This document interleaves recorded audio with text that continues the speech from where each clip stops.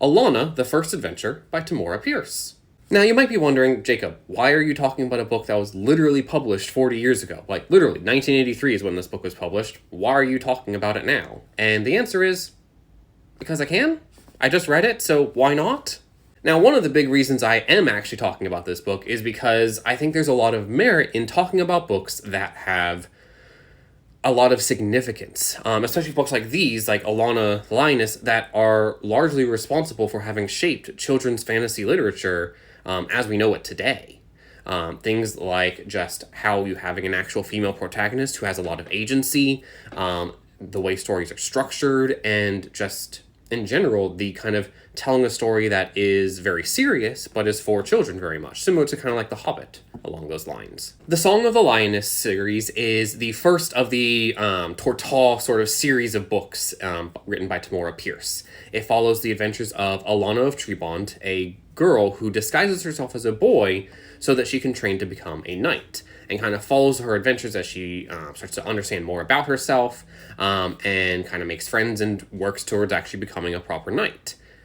Now, like I said, this book was written, or published at least, in 1983, and so being 40 years old, it is a little bit dated. You can just tell in kind of the pacing of the story.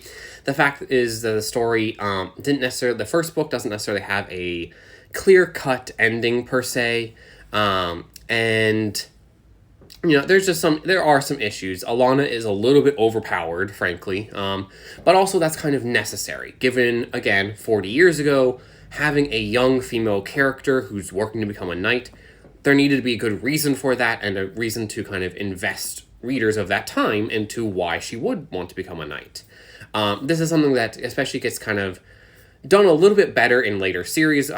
There's 2 more series about Dane and then Keledri, and so that's something that's done a little bit better.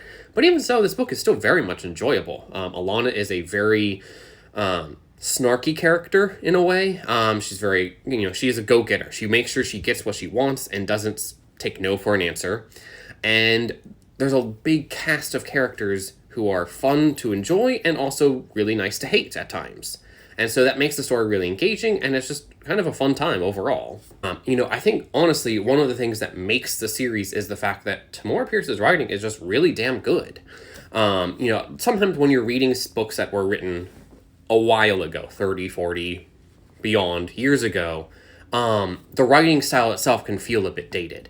And while, yes, there are obviously certain ways that Tamora Pierce writes that you don't necessarily see nowadays, it's not a bad thing. Honestly, her writing is just really engaging, and it's very well written.